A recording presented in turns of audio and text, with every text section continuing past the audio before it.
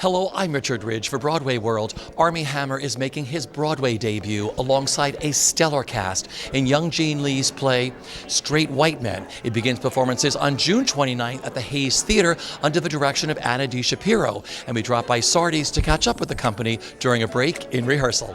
I'm extremely excited. This feels like the culmination of all of my years in this business, all of my classic theater training that I've been through. Every experience that has sort of like built on top of each other has led me here to working with Anna Shapiro, Josh, Paul, Tom, Kate, Ty. This is better than anything I could have dreamed up, and I'm excited to be here. The play obviously doesn't give too much away. It is about a father and three of his sons, and the sons are visiting the father over Christmas holiday, and one of the oldest son, played by Paul Snyder, has been back home living with dad for a while, and I play the middle brother, Jake, who's a banker, lives in New York, is recently divorced and has two kids. He's the only one that has children, and this is his first Christmas, away from his family and his kids. So he is I think part of what his objective is to have like a traditional happy family Christmas that harkens back to his childhood, and he's desperately clinging on to make sure that happens. So that's, whether it does or not, you'll have to come see the play. You're working with one of the finest directors. What's it like being in the room with Anna D. Shapiro?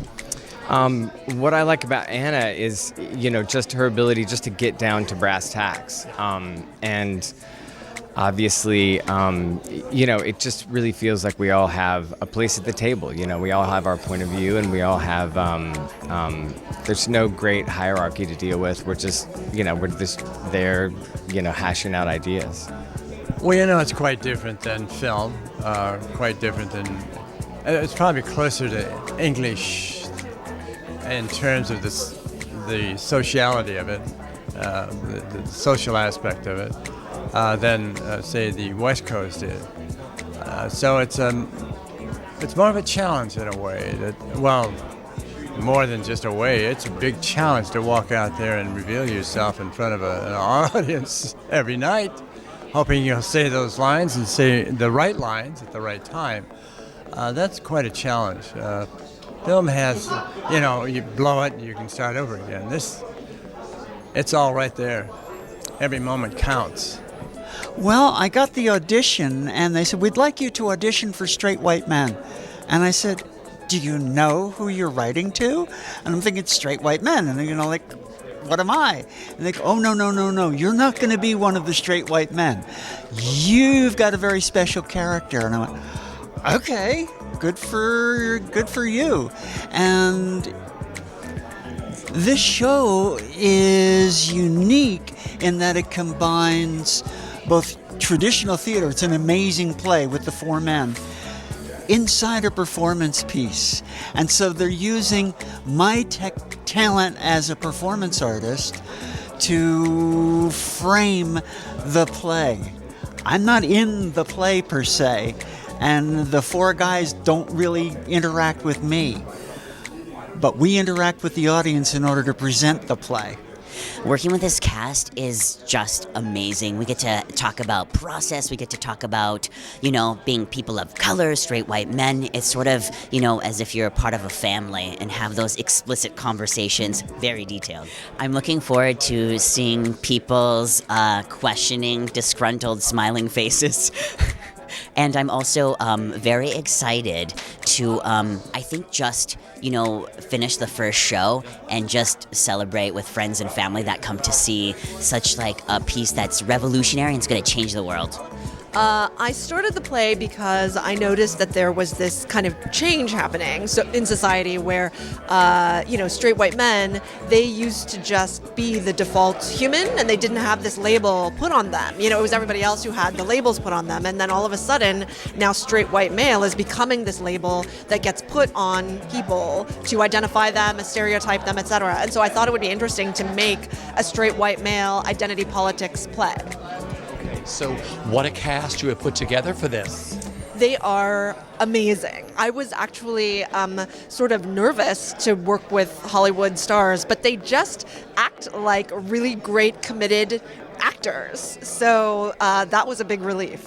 Well, I just am so excited to be back. You know, I had no plans on coming back anytime soon. I haven't been here for 3 years. I've got 2 little kids and a husband I love, and he's, working a ton. But then when we brought young Jean Lee to Steppenwolf Theater, where I'm the artistic director, to do this show, because I loved the show so much, she and I got to know each other. I loved working with her. And she said, it's going to Broadway. Is there any chance? And I immediately was like, yes, yes, yes. So I said, if they'll have me, I will come. I mean, I'm just in love with the play. I'm in love with her. The project itself, her project, has so much meaning to me. So I'm thrilled to be back. Yeah, never been an Asian American woman on Broadway. I just had no idea when I decided to do the play. I didn't do it for that reason. And then all of a sudden everybody said, oh, that's the first Asian American woman on Broadway. I said, no, I had no idea. And, her voice is so distinct, and this is like a play to really create a lot of conversation, right? An Asian American woman writing about straight white men.